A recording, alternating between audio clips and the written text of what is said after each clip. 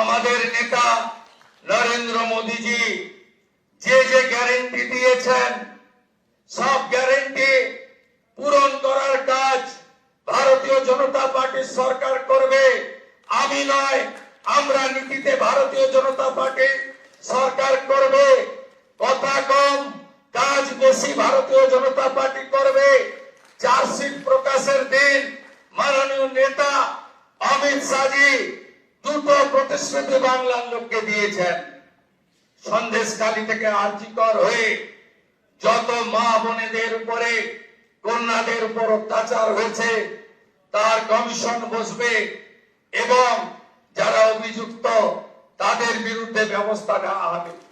মাননীয় অমিত শাহজি চার্জশিট প্রকাশের দিন ঘোষণা করেছিলেন যে পশ্চিম বাংলায় ইনস্টিটিউশনাল করাপশন প্রাতিষ্ঠানিক দুর্নীতি যারা করেছেন তাদের বিরুদ্ধে রিটায়ার্ড জাজকে দিয়ে কমিশন বসানো হবে এবং উপযুক্ত ভাবে আপনাদের সরকারি অর্থ যারা নয় ছয় করেছেন তাদের বিরুদ্ধেও আমরা ব্যবস্থা নেব।